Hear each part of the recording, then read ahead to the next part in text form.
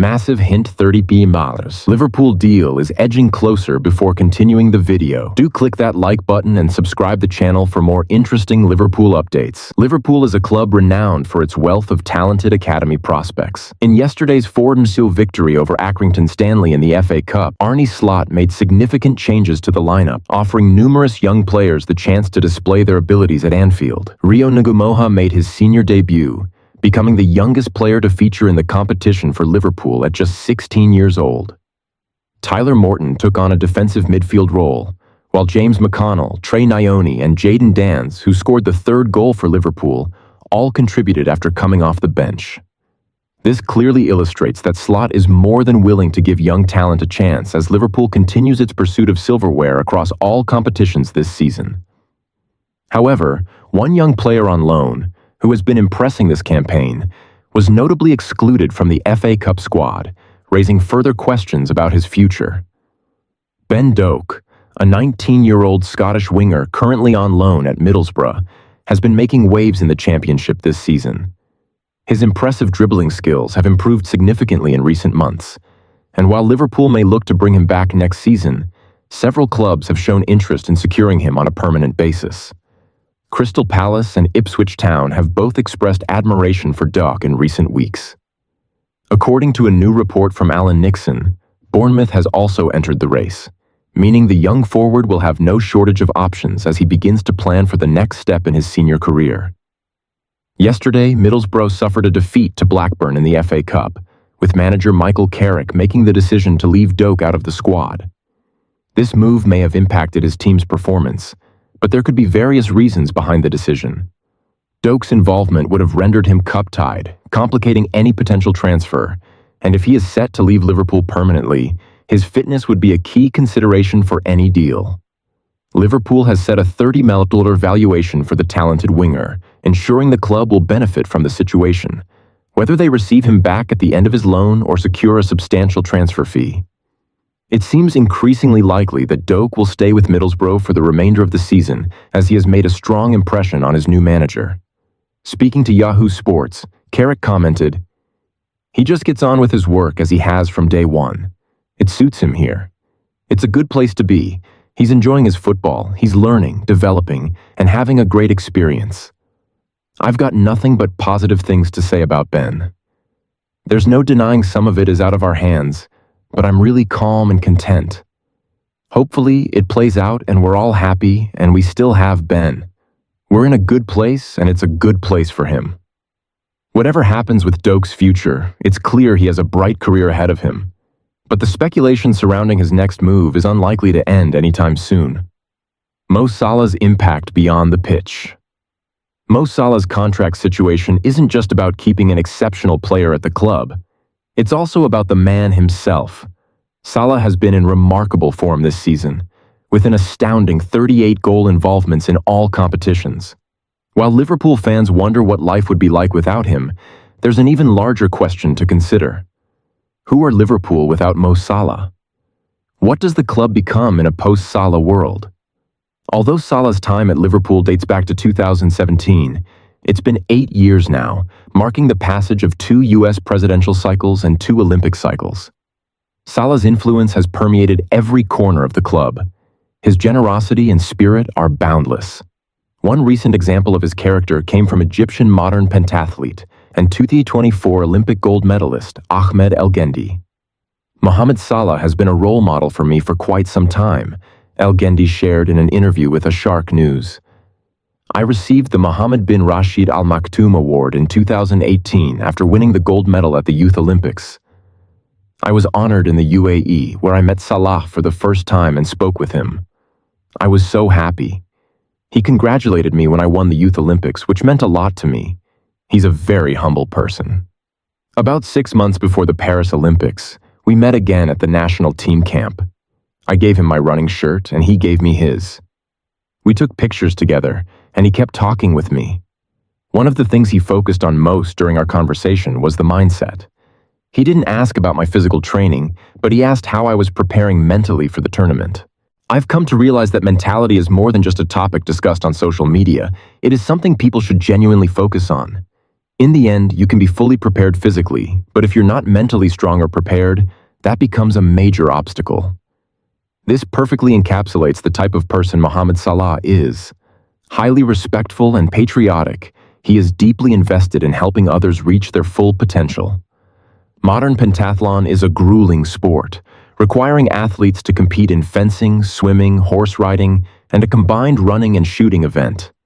Salah's curiosity about how athletes prepare mentally for such challenging events, and his concern for ensuring a compatriot is doing so, highlights why he has maintained such a high level of performance for so long. Ahmed El Gendi claimed the gold medal with a world record points total in Paris. While it's not claimed that Salah directly influenced this outcome, there's no doubt his support didn't hurt. Leeds United advanced to the fourth round of the FA Cup on Saturday with a narrow 1-0 victory over League Two side Harrogate Town at Elland Road. The Whites secured their place in the next round thanks to a second-half goal from Largi Ramazani, who headed in a cross from Manor Solomon, after struggling to break down their lower league opponents for much of the match. It wasn't a flawless performance from Daniel Farke's side, and the German coach may have been frustrated by the individual performances of some fringe players who had a chance to impress. One such player was centre forward Matteo Joseph, who was given the opportunity to step up in the absence of Joel Pirro and Patrick Bamford. The Spain U21 international had a chance to show Farke he deserves more minutes in the championship, but he failed to seize the opportunity. Journalist Adam Pope praised Joseph's effort during the game, but described his performance as wasteful, a recurring issue for him this season. Leeds Live awarded him a 5/10 rating and noted that the striker struggled against the physicality of Harrogate's three defenders. As shown in the table above, Joseph has been highly wasteful in the second tier this season, underperforming his expected goals, XG, by more than 2 goals. This consistent issue has kept him from becoming a regular starter over Pirro, and his latest wasteful display likely means Farke will need to look for another striker in the transfer market. Reports suggest Leeds are considering a move for Hoffenheim forward Shkodran Barisha, who could be available on an 18-month loan with the option for a permanent move next year. Described as a clinical finisher by analysts Football Chatters, Barisha has only started 5 Bundesliga matches since suffering an ACL injury in 2023. Before the injury, the 56K per week forward's form suggested he could provide more than Joseph for Leeds' promotion push if he returns to his best. In the 2022-23 Bundesliga season, Barisha scored 9 goals from 8.13 XG in 23 appearances for Augsburg, showing his ability as a finisher in a top European league. If Leeds can secure a loan deal for the 26-year-old, he could be a fantastic addition to the squad, assuming he can regain his form by playing regularly. Joseph's performance against Harrogate and his struggles in the championship this season point to the need for a new striker, and Barisha appears to be a promising option. Last week, Arsenal's chances of securing the Carabao Cup took a significant hit thanks to Alexander Isak. This shouldn't come as much of a surprise. The Swedish forward is in exceptional form right now, having scored 10 goals in his last 9 appearances across all competitions. Arsenal have often been linked with Isak, and he made sure to show Mikel Arteta and his team exactly what they're missing by finding the back of the net at the Emirates. Arteta admitted after the match that it highlighted what can happen when you have real quality in attack. The head coach is clearly aware that the forward line needs strengthening, though there's a sense they may attempt to manage with what they have for now. The issue is that their best player, Bukayo Saka, will be sidelined for a while due to a hamstring injury, and his replacement, Ethan Nwaneri, is also now injured. It's a frustrating situation. Arsenal's transfer rumors for 2025. As we approach the January transfer window, there's no shortage of rumors surrounding potential arrivals at the Emirates. Isak remains the most talked about name, but with Newcastle reportedly demanding close to 150 million for him, securing the deal won't be easy. Over the summer, Isak was only willing to move if Barcelona made an offer, and this January, Arsenal may need to make him one of their highest-paid players to convince him to leave Spain. However, Arteta is reportedly keen to sign him this month. January will be about seizing the right market opportunities, but 2 potential targets appear to be slipping away. Whether Arsenal were genuinely interested is unclear, But it looks like red-hot Frankfurt striker Omar Marmoush is set to move to Manchester City, while Napoli's Georgian winger Nketiah Kvaratskhelia seems bound for PSG. Arsenal's alternative to Nico Williams. Before Christmas, reports suggested that Arsenal had approached representatives of AC Milan's Rafael Leao about a potential move. Although no formal offer was made, it was suggested that Leao is more likely to move in the summer. With a hefty release clause of €140 million, a deal might become more feasible given his strained relationship with Milan's new head coach, Paulo Fonseca. Arsenal fans might be disappointed to hear that another move is being pushed to the summer, but signing players in January is always a challenge. The Gunners will likely face difficulties in the latter part of this season, but it's clear they are preparing to make a serious push in the summer transfer window. If they can lure Leao away from Milan, he could be an even better addition than both Isak and Williams. Is Isak the top priority? Fans will naturally look at Isak's impressive numbers and wonder why he isn't Arsenal's top target. It's easy to argue that he should be the priority. He's proven in the Premier League and simply can't stop scoring. However, Arsenal have shown they can still be a threat and score plenty of goals with Kai Havertz in the team. In 2023-24, he scored 8 goals and provided 7 assists in just 18 appearances, and he's already netted 8 goals in 21 matches this season. Of course, Arsenal need more goals, but they might be lacking quality in wide areas.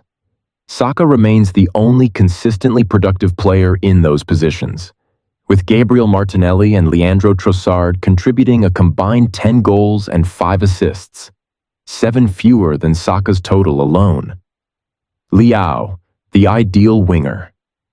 Based on this evidence, Arsenal need an explosive winger, and Leao could be the perfect fit. Described as a world beater by data analyst Ben Mattinson, and compared to a young Thierry Henry by Milan coach Stefano Pioli, Leao excels at cutting inside from the left and beating defenders.